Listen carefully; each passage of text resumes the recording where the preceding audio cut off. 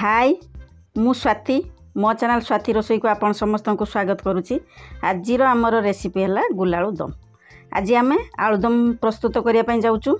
तापाई आमर आलू नहीं आसचु। एठी जो आमर आलुदम प्रस्तुत करूँ तापाई आम छोट छोट पूरा आलू नहींचु कहीं ना आमर यहाँ गुल आलू दम प्रस्तुत करूँ।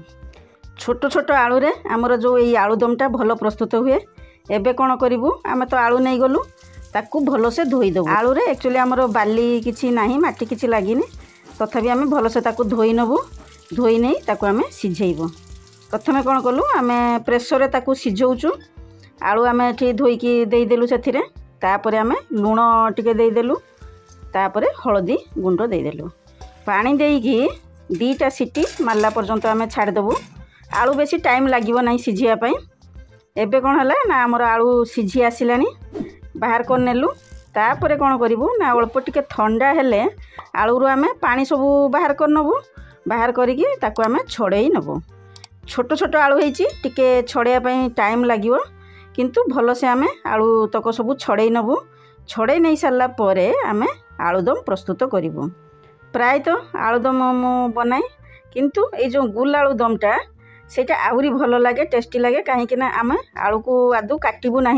जिते छोट छोट आलू आम पाइबू से छोट छोट आलू रे यही आलुदमटी प्रस्तुत करूँ। सोरिष तेल देदेलु तापर आमर चीनी देलु कलर होगापाई। तेजपत्र देलु किछि गोटा मसला थिला साकू देदेलु। तापर चुना चुना करके पियाज काटिथिलु पियाज तक देदेलु। आलुदम आम प्रस्तुत करूँ तापाई आमर मसला रेडी करूँ। भल से आमर पियाज टिके भाजी हो जिवो। लुण टिके देदेलु देले कौन हम आम पियाज रू पानी छाड़ी आसो। पियाज ब्राउन हो आसलानी। पियाज आमर भल से भाजी आसिले से आम दे दउचु अदा और रसुण बटा आम देदेलु। हल्दी पाउडर लंका पाउडर धनिया पाउडर जीरा पाउडर ताकू भल से देदेलु। आमर मसला रेडी हो जिवो। मसला को अल्प टिके कषि आणिबु। भल से कषि हो गले आमर रेडी हो जिवो आलुदम। जो आलू को आम सिझेकी रखिथिलु ताकू भल से तो छड़ेई नेलु। गुल आलू आमर सबू आलू को आम टोटाली आउ काटिनु किछि कहीं छोट छोट आलू आम नहीं। एबे कौन करूँ ताकू आउ टिके कषि नबो। भल से कषि देले भल टेस्ट आसीबो। गरम मसला पाउडर देदेलु। प्राय तो आमर यही सीजन रे आलुदम आम यही गुल आलुदम प्रस्तुत करूँ। जेतेबेले आमर आलू बाहर छोट छोट आलू आमर होई थाए कभर देकी 3 मिनिट छाड़देलु। मसला तक आमर आलू रे भल से लागी जिवो। तापर किछि आलू को आम कौन करथिलु सिझा आलू को चकटी नबो। जेहेतु आम आलू को किसी काटुनु सीधा गोटा आलू को आम प्रस्तुत करुचु बाकी अल्प टिके आलू को चकटी नबू। देले आमर कौन करिवो ना जो ग्रेवी बनीजिवो आमर रसटा से ग्रेवी बनीजिवो ताकू मध्य भल से कषि नबू। पिला बेले बहुत आम ये आलुदम खाइचु गुल आलुदम। आमर बाड़ी रे आगरू चाष होउथाय आलू आमर चाष करा होउथाय। देले कौन हुए आलू को साइतिकी रखा हुए। छोट छोट जतले आलू हुए ताकू आमर एमती आलुदम प्रस्तुत करा जाए। एबे आम पानी देदेलु। जेहेतु आम यहाँ आलुदम प्रस्तुत करूँ झोल प्रस्तुत करने आम पानी दे दउचु। बेसी पानी देवेनी ग्रेवी बनीजियो भल से। कभर देकी आउ 5 मिनिट छाड़देलु। बास रेडी हो गला आमर गुल आलुदम। केते सुंदर भाव में आम प्रस्तुत कलु। आपण मानकु निश्चय पसंद आसीबो। थरुटे मोर ये रेसिपीटा को ट्राई करिवे। जदि प्रथम करी मोर वीडियो रे रहउचंती ताहले मो चैनल को सब्सक्राइब करनियंतु। साइड रे थिबा बेल आइकन को प्रेस करिया पई जमारू भी भूलिवे नाही। मु जते नुआ नुआ रेसिपी छाड़ी आपण मानकु सबू नोटिफिकेशन मिल जाव। कमेंट सेक्शन में जनइबे मोर ये गुल आलुदमटी रेसिपी आपन को केमिति लागिला। ज़्यादा से ज़्यादा शेयर करिवे। जदि वीडियोटी पसंद आछी ताहले लाइक करनियंतु। बर्तमान आम सर्व करूँ बाढ़ी नौचु।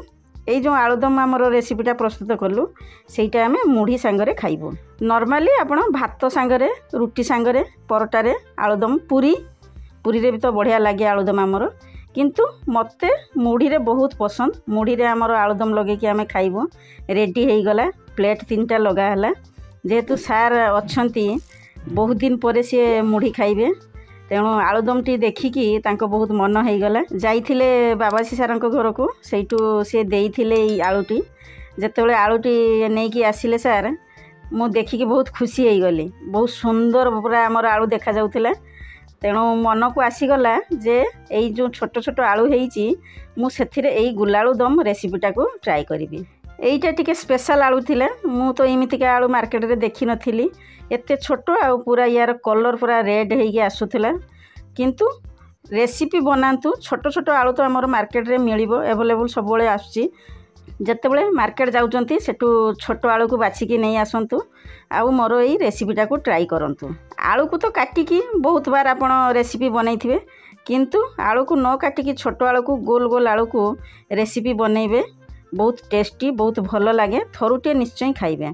सार भी मुढ़ी रे लगे खाइले पुअर मोर मध्य आमर मुढ़ी रे लगे खाऊचु एक्चुअली आमे तो सबू तरकारी मुढ़ी रे लगे खाऊ पुअर मोर फेवरेट मुढ़ी आमे बालेश्वरिया मुढ़ी को छाड़ी रही पारिबु नाही जबरदस्त पूरा लगुच आमर ये आलुदम रेसिपीटा मोर पिला बेलर कथा मन पड़गला जितेबाला मुझे आलुदम रेसिपीटा को ट्राई कली पिला बेले आमे मकर संक्रांति रे जाऊ मामू घर को सेई टाइम रे कौन हुए ना आमर मामू घर एमती आलुदम बना जाए बहुत चाष हुए मामू घर तेणु से आलू जो बाहर होता है आमर ये गोलालुदमटी बढ़िया लगे मकर मेला रे मध्य आमर आलुदम मुढ़ी माने बिक्री हुए सेठी भी जाइकी खाऊ एते सुंदर टेस्टी एते बढ़िया लगे आज मते सेई दिन मोर मन पड़गला पुराना दिन को मु फेरी गली पुअर मोर बसिकी तो टेस्ट करूचु आपण मैंने एने जातु मार्केट रू आलू नहीं आसतु आउ मोर यही रेसिपीटा को ट्राई करंतु आपण मानकु बहुत पसंद आसीबो मु पुणी गोटे नुआ रेसिपी नहीं आपण मानक पाखक आसीबी